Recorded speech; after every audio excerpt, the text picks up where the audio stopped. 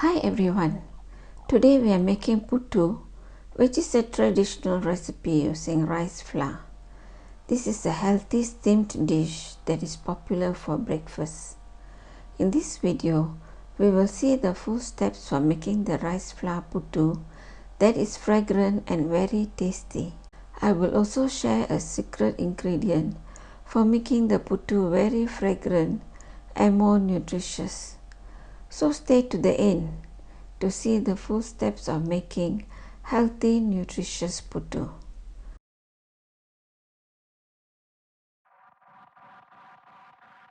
First, we will pan fry some rice flour. Make sure to get 100% rice flour that is not too fine.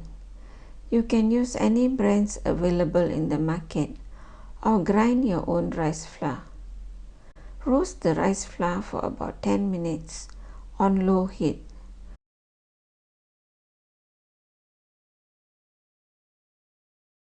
Make sure to stir from time to time to prevent burning the rice flour.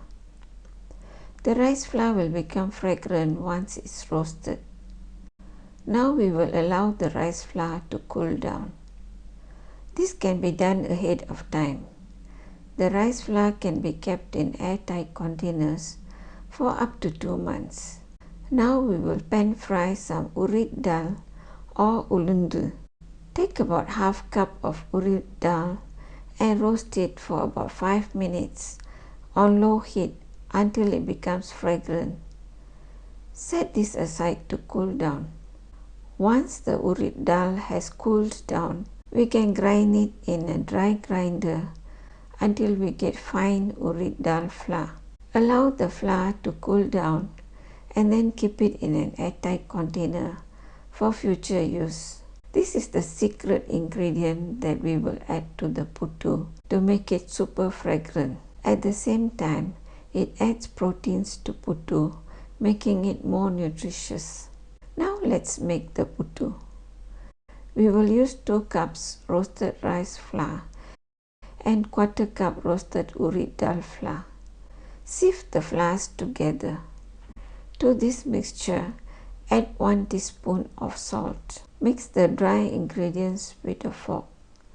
Now pour 1 cup hot boiling water gradually over the flours and mix with a fork or spatula to get a nice crumbly mixture. If the mixture is too dry, more water can be added. Here I am adding 1/4 cup of hot water. If the mixture gets too wet, just add more rice flour. We will let the mixture rest for about 10 minutes so that it is cool enough to work with our fingers. Now let's press the mixture into fairly large crumbs that should hold its shape when pressed together. Then use a small bowl or cup to break up the crumbs into small pieces. We should not have big pieces of crumbs. At the same time, there should not be any dry flour remaining. Look at how fine the crumbs are. Using this technique, we will get a perfect crumbly mixture that is tasty after steaming. Now we are ready to steam the puttu. We will use a puttu steamer for this purpose. Fill up the lower pot with water up to half level only. Then we can start to fill the cylindrical part. Start with 1 tablespoon grated coconut at the bottom. Then add 3 tablespoons of puttu flour mixture. Continue alternating layers of coconut and flour.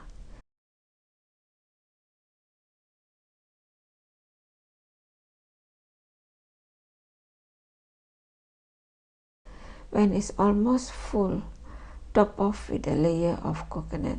Then place the lid on. Now we can start steaming the puttu. This will take about 5 to 8 minutes at moderate heat. The puttu is cooked when we get a lot of steam at the top of the steamer. Push out the puttu with the back of a spatula.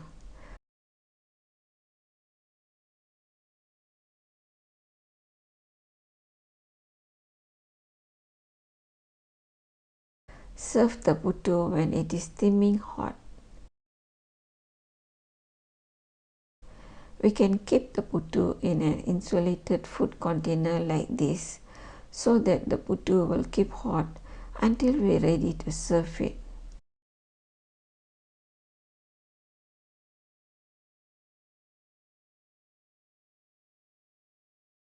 Now let's serve the puttu. Today I am serving the rice flour puttu with some spicy vegetarian curry or vendia kulambu and some homemade crispy fries. I will put links in the description if you want to make these side dishes for puttu. This is the normal method of eating puttu at my home.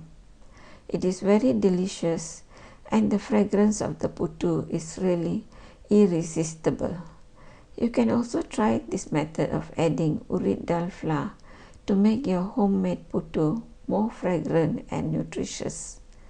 Let me know if you tried my recipe. Hope you enjoyed this video. Don't forget to like, share and subscribe for more simple recipes.